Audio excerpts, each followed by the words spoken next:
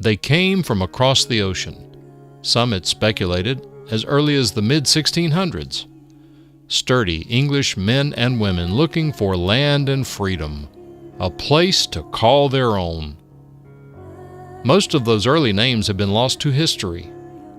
But on this particular spot on the Perquimans River, near the town of Hertford, a man by the name of Joseph Scott settled, though we don't know much about him at all. The land he claimed on both sides of the river became known as the Vineyards. We do know that at some point he became a devout Quaker and one of the leaders of a small but growing community that would eventually spread across the entire United States and generate thousands upon thousands of descendants. You may even be one of them.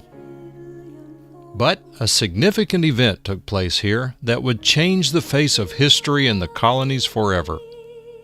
The founder of the Quaker faith, George Fox, traveled here from England in 1673 to help solidify the future of the Christian faith on this continent.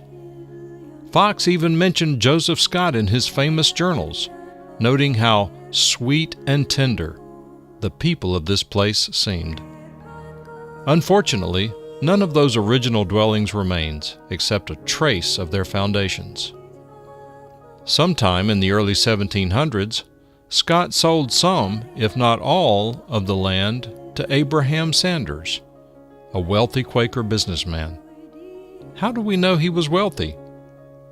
Because in 1730, he built this house. And goodness, what a house it was! Complete with a kitchen, a root cellar, and a smokehouse. The diamond-shaped leaded windows shipped here from England set the house apart. But it's the glazed Flemish bond brickwork, made by exceptionally skilled workmen right here on the site, that tells us this wasn't an ordinary house at all, even by today's standards. Back then, it would have been considered very grand and elegant.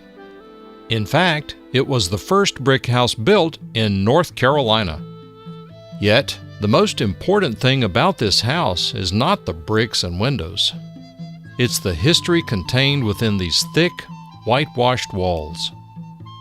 Not only was it lived in by scores of families through the years, it was used as a seat of government for the entire Albemarle region for many, many years.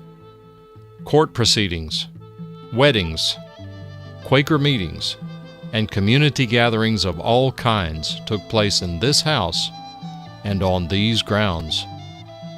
There is even a Quaker cemetery that was discovered a number of years ago, believed to be the burial site for the Quaker community. But don't expect to find headstones marking these old bones. Quakers didn't believe in such frivolous pastimes as remembering the dead. Heaven was their ultimate destination. Of course, the house didn't always look like this. Eventually, the years took their toll. Over time, the original house was forgotten, hidden under multiple modernizations until it was purchased in 1969 by a group of concerned and excited citizens who called themselves the Perquimans County Restoration Association. With the help of donations, grants, and fundraising, they restored it to its former glory. It has been open to the public for over 40 years, and it's still going strong. Visitors come from far and wide, school children, vacationers to the nearby beach, those looking for their Quaker ancestors, and others simply interested in early colonial history. For your convenience, there is a modern visitor center with a small museum of artifacts, educational materials, and a gift shop. You can even buy local honey made from the hives kept directly behind the house when it's in season. And when the grapes are ripe in the late summer, you can even come and pick your own. From vines that are cuttings from the original mother vine many believe were planted by the original colonists over on Roanoke Island. Special events are held here from time to time, not only for fundraising and educational purposes, but for those interested in renting it for birthday parties, family reunions, and weddings.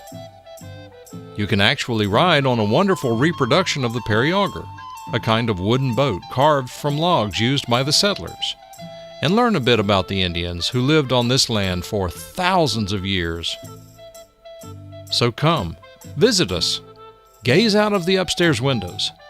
Imagine what it felt like to be an early Quaker watching for hostile Indians or pirates. See how Quaker settlers lived back in the 18th century. And finally, you might want to end your tour by walking down to the beautiful Perquimans River.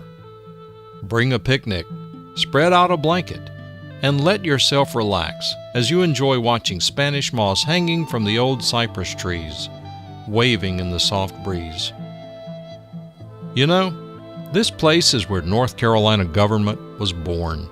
So come, take part in a living history that's both yours and mine. Come visit the Newbold-White House at the Quaker Homestead in Hertford, North Carolina.